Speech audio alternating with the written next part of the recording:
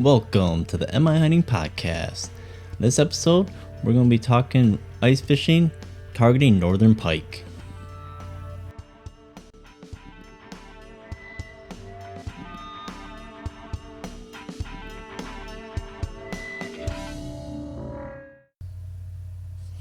Alright, welcome back to the Am I Hunting Podcast. Thanks for listening as always. Thanks for tuning in. So this episode we're diving into talking pike fishing or Northern Pike. Basically now that we finally have gotten some nice weather essentially to get some good ice, been able to get out and target some Northern Pike. Basically this is kind of a newer type of fishing for me. I started ice fishing again from when I was a kid just last year, and I really started to focus on Northern Pike. For whatever reason, I've been completely hooked on going after this type of fish. I grew up bass fishing primarily, and it's only been the past few years I've kind of transitioned to want to go after a different species, and I basically kind of focused in on Northern Pike. So again, been waiting on some good ice ever since hunting season got over with, and unfortunately it looks like we're going to be getting some warm weather and some rain in the forecast. So it looks like that good ice is going to be short-lived, at least for another week or two. Hopefully we get some cold temperatures, which look like could be happening over the course of the next weekend, but we're going to have to wait it out, because even on some of the bigger lakes, some of that ice has been kind of iffy. So that's what the main discussion for the podcast is going to be. But I did want to go over a couple of things, again, news-wise for the Conservation News Desk. Something that I think is important to share as part of the show, just to be able to keep up with some news-type events or news-type stories that revolve around conservation, either within the state of Michigan or even across the country or throughout the world even. It's good to kind of keep up to date on things that are kind of happening in the world, and some of the stuff's pretty interesting, so I want to share it with you now. So let's get into it. So this first story is from bhzimmy Science. This article came out January 24th, and is wolves in Alaska ate all the deer. Then they did something unexpected. Now, again, the title's a little misleading. It's making you think that they're eating all the deer in Alaska, but no, this is actually just a story of a pack of wolves that colonized an island. So Pleasant Island in Alaska is a 20 square mile island that in 2013 a group of wolves moved in onto the island, and scientists were interested to see what would happen to the deer population on that island.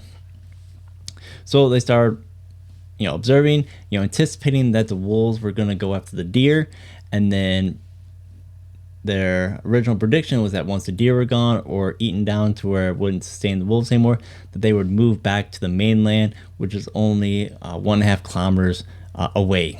So part of their prediction came true. The wolves absolutely hammered the deer. The deer population was right around 200, and it absolutely plummeted. But instead of the wolves moving off the island after their primary food source, basically was eaten down to nothing, they shifted their diet to sea otters, which was completely unexpected by the researchers. So you're probably thinking, how the heck are they going after sea otters? Well, of course, they're targeting them once they come up on land. So these wolves were being tracked through GPS collars. And back in 2015, they found that the primary food source of the wolves was deer, to represent 75% of their diet. But in 2017, they transitioned to eating primarily otters, which became 57% of their diet, and deer only made up 7%. So basically, there were still deer on the island, but there was so little of them that they ended up switching their primary food source away from the deer. And then the researchers all noted that this held throughout 2020, and then the study was ended. So the big question with this story is, or with this research project is how is it affecting the otter population, in the area and around the island. Basically those otters did have a rough history in the 19th 20th century. Of course, they were hunted and basically nearly wiped out in the area as well. So, and with the sea otters, they weren't really expecting the wolves to really target them, being basically either on the shoreline or in the ocean. So basically what they noticed is that these wolves were basically scavenging off of dead sea otters that are washed up on shore, or if any of the sea otters were up on the shore, basically resting, or basically just coming out of the sea for a while. They noticed that the wolves were actually hunting and ambushing these otters when they're on land. Of course, they're very swift in the water, but once they're on land, they are quite slow. And they also noticed even that some of the wolves were getting some of the sea otters in very shallow water as well. So not even just on land, but even in very shallow water where the wolves could still get them, they were becoming very proficient at harvesting these sea otters. So researchers have been watching the effects of these marine animals when dealing with predators. However, they hadn't considered the implication of these wolves on what they would do to the numbers.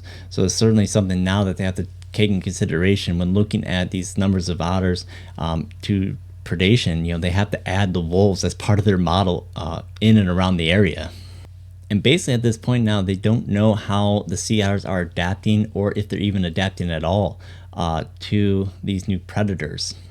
Basically, sea otters have been evolving for probably thousands of years with other marine animals and dealing with predation that way, and have adapted certain tendencies and traits and adaptations to make up for that. Now wolves, at least for sake of argument, that they're not used to these wolves preying on them. I'm sure they have some history with wolves in other areas, but this is a new area for them that they haven't adapted to yet. So now they're looking at how is this going to affect the sea otters for that area. Basically these wolves now are making it very dangerous for them to come up on shore and basically try to rest and conserve energy. So you're going to see a drop in their numbers, the ones that are making it on shore and getting preyed upon. And then also those that decide that they're not going to come into shore, they could start running into where they might die of exhaustion or become more easy prey for the marine predators, basically because now these sea otters not rested in a compromised state when those predators go after them. So at this point, they really don't know, what the long-term implication of these wolves sticking around and, transitioning their primary food source to these otters. So it'll be definitely something very interesting going forward. Basically, if they decided they want to research this again or continue to monitor how these wolves, are affecting the landscape, which, that kind of makes me think about basically the mainland with here in the United States of wolves that are, basically kind of left unchecked, and what type of implications that can have on a landscape or some of the other wildlife. Once they've eaten a food source down, that they may transition to something that may not be as equipped to handle the predation. So again, the topic of wolves is always a very interesting one. It comes down to there's a lot of strong feelings on what to do with them.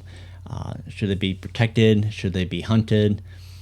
Certainly, for me, I like the idea of having wolves on the landscape, but they must be managed. They must be, their numbers must be kept in check, and a lot of time, effort, and money needs to go into it to continue to monitor how wolves coming back on the landscape is affecting the overall environment, the other animals, and especially now, having wolves, starting to expand their territories into new areas, as to how that's going to affect, human interactions as well. So certainly something that it's very interesting. Again, doesn't really apply to most of the country, but it is interesting seeing how wolves are very adaptive at finding new food sources and thriving. So certainly an interesting story and one to take in consideration when it comes to thinking about wolves within the United States. All right, let's get into this next story. So this here is an article from the National Deer Association. This came out January 25th. So NDA's deer report finds that 88% of the whitetail harvested occurred on private land. So this is actually, just from the headline alone, is very surprising to me. Having that high of a number of the whitetail harvested within the country having been on private land. Now, some of it makes sense that I would expect that a majority of the deer are killed on private land, especially when you look at in places like Texas or Iowa that doesn't have much public land available, that a lot of deer would be killed in those areas. I am surprised at how skewed the percentage is. I figured it'd be closer to 60 40%, 55 40 45, but there's a very skewed percentage of deer that are being harvested. And it brings up a really good point, which they actually bring or talk about here in the article as well. So let's get into the article a little bit here. So again, 80% of the harvests were on private land. Now, Texas reported the highest of private land deer harvested at 99%, which is absolutely just mind-boggling. Having that many deer being harvested on private land, being part of Michigan and having so much public land available, it just, I would never have bet money on having that being the percentage. And then they do say that Massachusetts reported the highest rate of public land harvest at 43%. Again, Massachusetts is not one I probably would have picked out on the map for having a significant number of public land deer being harvested. All right, and they break down that most of America's 60 million acres of public land are in the West. But again, you're looking at a smaller deer population out west, especially at least in regards to whitetail deer. And then also there's a far fewer human population out there as well. So the vast majority of whitetail are in the eastern states, as well as the number of hunters in the eastern states is much higher as well. So let's look at the top states for private and public land deer harvested for 2021-2022 season. So as mentioned before, Texas is the highest, followed by Georgia, Carolina, Kentucky, Alabama, and Virginia, which are all in the 90% percentile. Which again, I would never guess that, especially in that many states, that the figure should be that skewed in regards to private land versus public land deer harvest. And then for the public land side, again, Massachusetts was number one with 43%. New Jersey, Rhode Island, Florida, and Delaware, followed suit here. And then they go into the actual number of deer that were killed.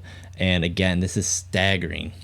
So deer report for the 2022 season, or 2021-22 season, 5.9 million deer harvested, and 5.2 million of those whitetails were taken on private land, compared to just over 700,000 on public land. Again, you think about those numbers and how skewed they are. I would never guess those numbers would be that way. And then they get into the antler buck harvest, was just shy of 3 million. Is the fourth, and that's the fourth highest in the past 10 hunting seasons, down 2% from the highest buck harvest, in the new century here. So, and again, in comparison, looking at the graph here, in the early 2000s, there was definitely a much higher number of antlerless deer killed compared to antler deer. After the about 2015 or so, that's definitely has kind of switched and transitioned a little bit more towards more antler bucks being harvested, or more to a 1-to-1 ratio. Really, there's another really interesting one. This one I find more encouraging and more fascinating is the age, or the buck age structure.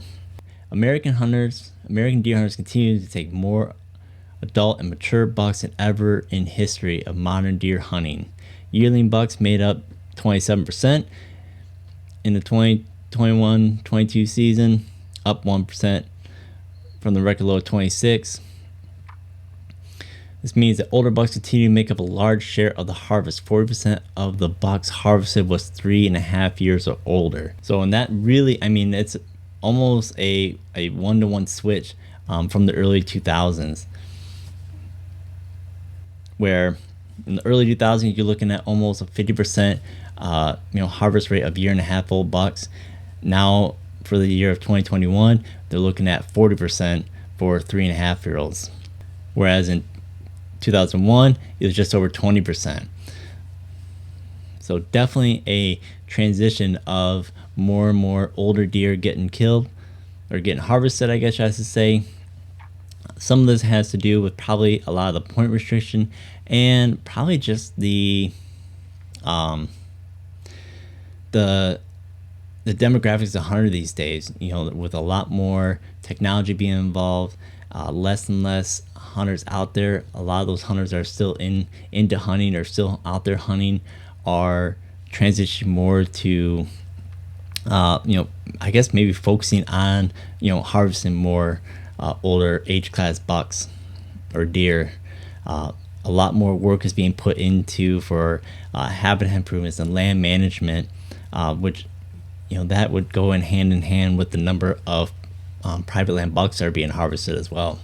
So I really like the fact that this stat is showing this trend, that we're starting to get a much better breakdown of an age structure of bucks. Seeing more and more older bucks that you would naturally see if they were basically left to their own devices, and you didn't have that human interaction. So I missed it the first time through here. This is the part where they talk about seeing those numbers of the significant number of private land bucks that were harvested. They basically even come out and say that that's not diminishing the importance of public land hunting, but they are highlighting the importance of land managers, or people managing their land for better deer habitat. So another good article here. Now, if you do want to learn more or read more about the deer harvest in your area, you can head over to the NDA, or National Deer Association's website, download their deer report. Now again, it does kind of throw you off a little bit, because it's the 2023 deer report, but it's going to have the numbers from the 2022 or 2021-22 season. So it basically, every year the report comes out, it's a year behind, just so they can collect all that data and compile it up with all the different states as well. So it's very fun to go into and look at the numbers, especially within your home state, to see how your state's doing in regards to deer harvest numbers, your buck harvest, doe harvest, and the age groups, especially the breakdown of the deer that are being harvested in your state, in your county as well, or in your unit. So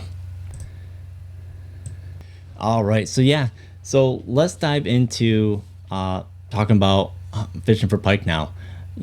Again, with deer season being over and we're finally getting that good ice, I've been really hitting the lakes hard and going after pike. Now, for whatever reason, pike has been the one on my radar.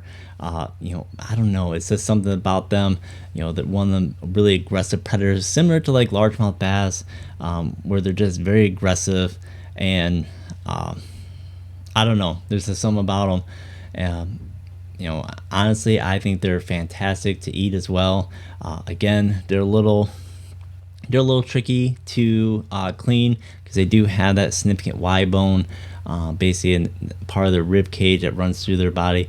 That's a little bit trickier to get around when it comes to filleting or doing your fillets. Now, I pretty much when I first started getting into it, I just YouTubed how to clean pike and learned a pretty easy way to clean them, getting around the Y bones essentially. Instead of cutting through them like you would a typical fillet and trying to trim the Y bones out from there, I just basically cut around them from the very get-go, and then not have to deal with them whatsoever. And then you're also able to get some additional cuts because of that long body and how meaty their tail section is. You can actually get additional fillets off that, as well as even some of the larger fish. You can actually cut out the cheek portion at the corner of their mouth there, in which actually I did that on one nice pike that I got last year, and it was fantastic. I mean, they're they're bite-sized pieces, but very tender, very good. And like I said, I actually look forward to having cooking up some pike, especially during the winter months with the something about the cold water makes them taste even better. I would go so far as to even say that I would actually prefer pike over any other fish, really, to eat. I know a lot of people that are big walleye fishermen or eaters. I might even, if I had to say with a gun to my head, I would probably actually take pike over walleye. Now, don't get me wrong, walleye is fantastic as well. Very delicious to eat, very enjoyable. But for me, pike takes it. All right, so for me, again, I'm still learning quite a bit about being able to really target pike, or really getting a good hang of it. I've got a couple lakes that I've kind of got figured out, but now I'm trying to expand onto other lakes as well. So basically, what I'm looking at is, again, I'm a big person that does a lot of mapping, so I find either apps or mapping books or whatnot for lakes to try to help me determine which lakes potentially have pike in them, and then I start going from there. So the one I've been using a lot, especially on my phone, is the Fish Brain app. Again, basically it is a typical phone app where you're going to get a lot of ads. You're going to have a lot of extra stuff that you don't really need. Two things I'm looking for on it is, basically a mapping of all the lakes in my area, a depth chart, and then the types of fish that are in the lake. They also have a pretty good feature where you can actually, if people post what they've caught on that app, you can actually kind of pinpoint, when and where they've caught fish. That you can post a picture with it too, so you can kind of see what type of caliber of fish are in the lake as well. So especially on lakes that I don't really know, where to really focus on, is a really good way to be able to kind of have, if other people have posted on that lake, some good places to start. Now for pike, again, I have a very simple approach to it, where I'm focusing on basically the shallows. So I'm generally looking at somewhere between anywhere between like 5 to 12 foot of water, sometimes a little bit deeper, usually somewhere in that like 7 to 8 to even maybe 10 to 11 foot of water is where I'm really focusing on the most. With them being a predatory fish, especially being a sight, more of a sight hunter as well, a lot of times you're going to catch them creeping up in those shallows, going after bait fish or smaller fish like minnows and smaller bluegill, perch, stuff like that, and you'll just catch them cruising in those shallows, basically hunting. The other thing I like to look for is basically like weedy cover. So generally I'm hoping to get some different type of weed growth in there, stuff that the fish can kind of hide in there, where some of that bait fish may feel like they're safe in there, and you'll catch a lot of those pike cruising through those weed beds. Now I have I was on a lake that I was hunting I was on a lake where I was fishing some of those shallows, and basically the weeds were not quite what I was looking for. They were I believe what they're called, hornwort, where basically it creates kind of like a blanketed carpet of weeds that they all grow about a foot off the bottom, but it's really thick and dense where stuff's not really hiding in it. I did try fishing around that area a little bit, but basically it's just kind of a desolate wasteland of just some flat bottom really. And I didn't really have any success finding any fish. Even didn't even really see any perch or bluegill or anything like that, any type of bait fish that could draw some pike in as well. So I'm generally looking for some structure that has basically a diversity of height and density. Another thing that I try to focus on too is sometimes getting in, if you're in that kind of that not really desirable weedy structure, you can actually kind of move deeper and find where that weed edge is, because you may find that the pike are cruising along those edges as well.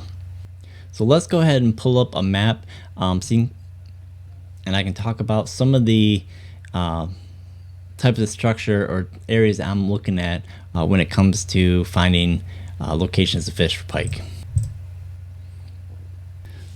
So the lake I'm going to be highlighting here is Green Lake.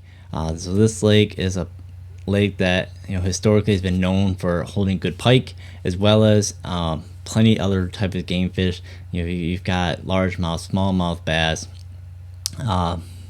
you got perch, bluegill, panfish. You've also got walleye as well as lake trout in it as well. This lake, does get pretty deep. You're looking at right around the 100-foot mark for some of the deepest holes that it has. So now I'm literally looking at the top, the depth map of what the lake's really showing. So I'm really focusing on kind of where those shallow areas are next to maybe some drop-offs. Also looking for, some coves or bays to focus on as well. And another one good thing to focus on is if there's any type of feeder stream or river coming into it that's going to create some current where fish may be cruising in and out of those inlets or outlets. So on the south side of this lake is one area that I focused on. It's one corner of a little bay. You do have a river that flows out of it, and at the base of this bay basically have the shallow flat. Again, that's generally what I'm looking at. It gets up to about, in one portion of the bay, you have about a section where it's 8 to 10 foot of water, and then it does a significant drop off all the way down to about 60 foot of water. So might be focusing on the 8-foot water section, fish a little bit shallower, fish a little bit deeper, and try to find where those fish may be within that water column. Again, looking at some of the structure as well. So one new thing that I invested into this year is an underwater camera. So it's an AccuView underwater camera. That has really been a game changer for me in regards to being able to send the camera down, see what the structure looks like on the bottom. Am I dealing with, what type of weed bed am I dealing with? Is it a mud flat? Is it a rocky bottom? And then we can get into how it helps in regards to actually the fishing setup. But it's a great way to be able to test and see what you're looking at down towards the bottom of where you're fishing. So in this bay, there's another good flat spot where, again, it's away from that outlet a bit, but there's another portion of that bay where it has just a long drawn out point or a flat area, basically a big flat before it goes into a drop off as well. That flat is another good area to target as well. Before that drop off or that significant drop off, where you have basically kind of like a flat bench to work with, again, those pike may be cruising up on that flat or along the edges of that drop off, again, either inside those in that weedy cover, if there's significant structure in there, or they may be on the edge of that weed growth as it starts to drop off. So as it continues to drop off, you're going to see that eventually that weed bed is going to fall out, because eventually it's going to get deep enough where there's not getting good sunlight and you're not going to get weed growth. Right on that edge is another good place to focus on. At this point here, you're looking at close to about the 11 to 12 foot of water before it drops off. Again, we're kind of in that butter zone of where I generally find pike at. And then up to the further point, up here to the north of the lake, up in one corner, basically the northwest corner of it, there's a really big, basically a flat, basically it goes, kind of hangs out in that 5 to like 10 foot water range, and is a giant area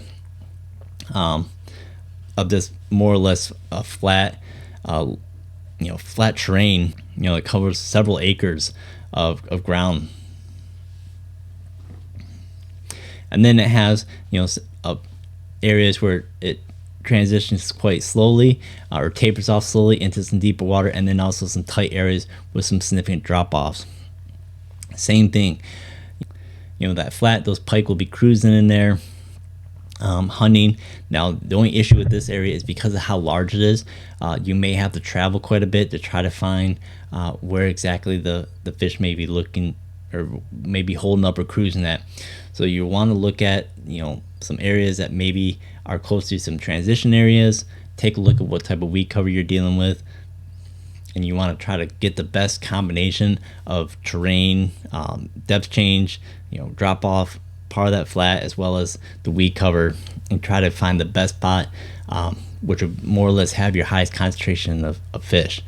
That's the way I would address this area, is looking at what's the best spot that I would expect the fish to be, and just kind of hold up there, knowing that it's probably going to be kind of a hot spot for them. Now, the other way you could approach it is basically kind of jumping from spot to spot to spot to spot, and kind of chase them down until you find exactly where they're at, and then fish that place really hard, and then once it dies down, move and try to find another place where they could be cruising or moving within that flat. So this spot's not bad, but again, because of the sheer size of the area, you could have to drill a lot of holes to be able to find where the fish are at. So another thing I like to see is any type of point that comes out, or a peninsula that may come out, basically on the inside curve of that peninsula. Same thing where that point comes out, you might catch them right at the end of that peninsula there, depending on how, if there's much of a flat there, or if it drops off quite significantly. Again, if there's a nice flat out there with a drop off, I would fish that edge of that drop off there, knowing that those fish may, come around that point, trying to get to another part of the lake. And then if you have any type of like sunken island as well, where, especially if it comes off a peninsula or any type of, if it's within a bay, or basically adjoined or adjacent to some other type of land mass, any significant change from the shoreline. So, and this may be out towards the middle of the water, or if it's adjacent to some type of shoreline structure, even better. So on this lake here, there's a big flat at the end of a point of a peninsula.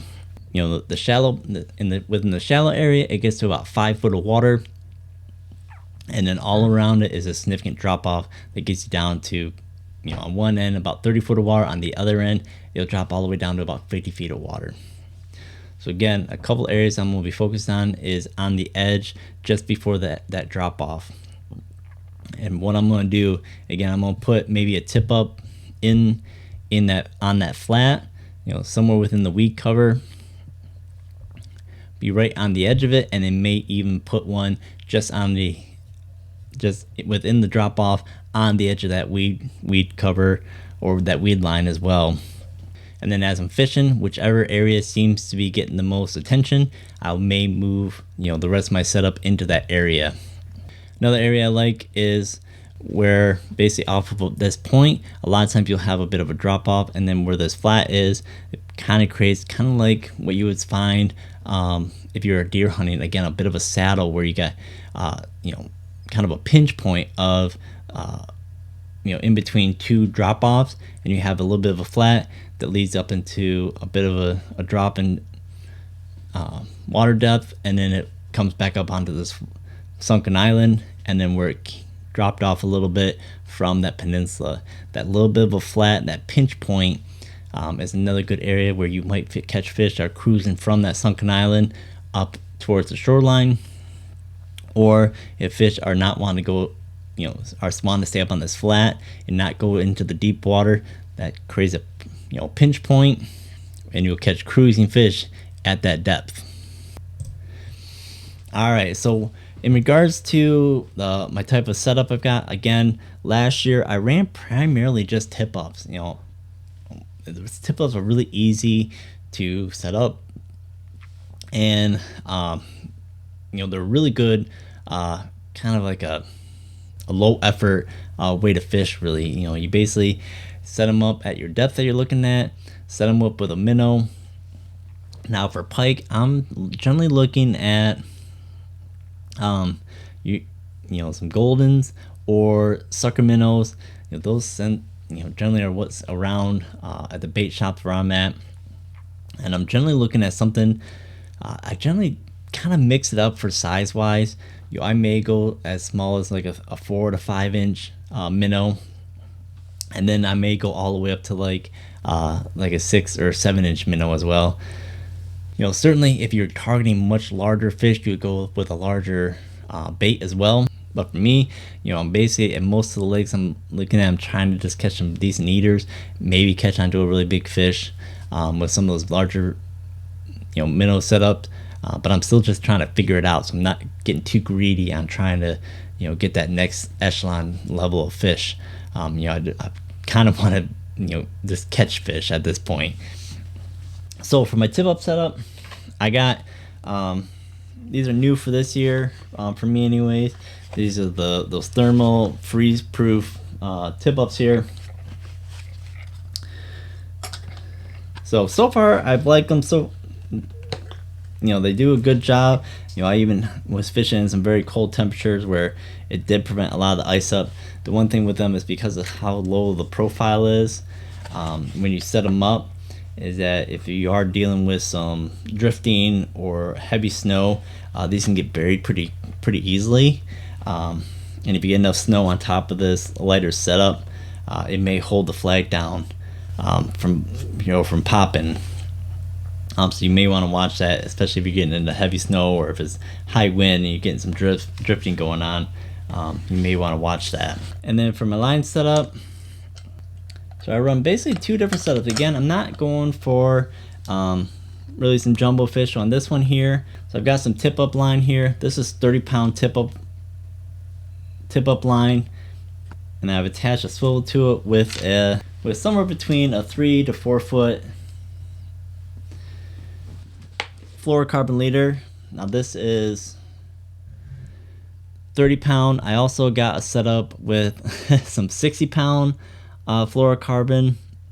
60 pounds probably a little overkill, especially for the caliber of fish that I'm going after right now. But again, unfortunately, the tackle shop that I was shopping at, they didn't have anything like in the 40-pound or 50-pound range. So I jumped all the way up to 60. So then it does, you lose some of the flexibility within it. But it is still probably a little more flexible than even going with like a steel leader. And again, with the fluorocarbon, it's more or less going to be invisible in the water. So again, if you have something that's a little shy of tackle, it's going to give you a little bit better opportunity. And then for hook size, I run between a 4 or a 2 and a 4 treble here. So this one here, again, I went with a little bit larger hook. Even on this 30-pound fluorocarbon, generally I would run the number 4s on this lighter leader, and then run the number 2s on the heavier 60-pound. So when I have set up with some speed sets as well that have basically 2 trebles on it, for some of the larger setups as well. Basically I have more or less I put 3 hooks on it. A typical speed setup, you would have essentially like some type of leader, that kind of V's down and hooks to the front and the back of the minnow. Essentially what I've done is I've added a third hook, usually a single hook that can hook in the center of the minnow, that keeps that speed set away from creating like a tripod almost. So if the fish comes in, they're not running into that wire or the line as part of that speed set. They're basically going to be able to bite right down on the minnow without catching a line that's kind of protruding out away from the minnow, aside from that single line coming up from the middle of the fish. So I have used that. You know what? Honestly, unless I was really fishing with some really big minnows and was worried about the fish not taking the whole minnow or not being able to take the hook, I would probably switch to using more of that speed setup. But single hook, for most of the fish that I'm targeting is good enough. So the other thing that I've been starting doing, so I started watching some YouTube channels, and I got hooked on one. It's Fishing with Brian. He's out of Minnesota, and basically he was doing a lot of basically he's using a jigging setup as well for going after pike through the ice. So he'd set up a tip up, basically in a shanty, and then also setting up with a some type of jigging setup. And even with that, I found some pretty good success with that. So so what I've got here is a 28-inch medium rod here. So with it being a 28-inch, it works pretty good in my smaller shanty. Now, with it being only a 28-inch, I am noticing that, especially for some of the larger fish, that it would be nice to have a little bit longer rod to be able to take some of the strain off the line. Now this line, I honestly don't even know what poundage it is. So basically what I've done is I've thrown a steel leader on it as well, just to protect the line. Probably before the end of the season, I'll probably switch this out, put some braid on there. Probably nothing that's too crazy. Again, with it being on the smaller rod and this jigging setup. So what I've been running is this 5 of diamonds.